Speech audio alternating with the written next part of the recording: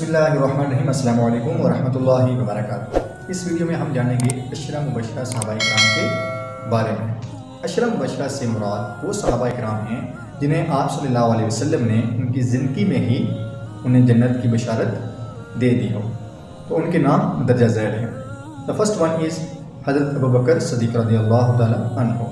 The second one is हज़रत उमर रज़ियल्लाहु तआला अन्हु। द थर्ड वन इज़ हज़रत उस्मान गनी रज़ियल्लाहु तआला अन्हु। द फोर्थ वन इज़ हज़रत अली रज़ियल्लाहु तआला अन्हु।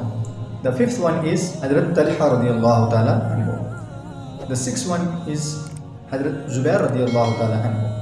द सेवन वन इज़ हज़रत अब्दुर्रहमान रज़ियल्लाहु तआला अन्हु। द एट्थ वन इज़ हज़रत साद रज़ियल्लाहु तआला अन्हु।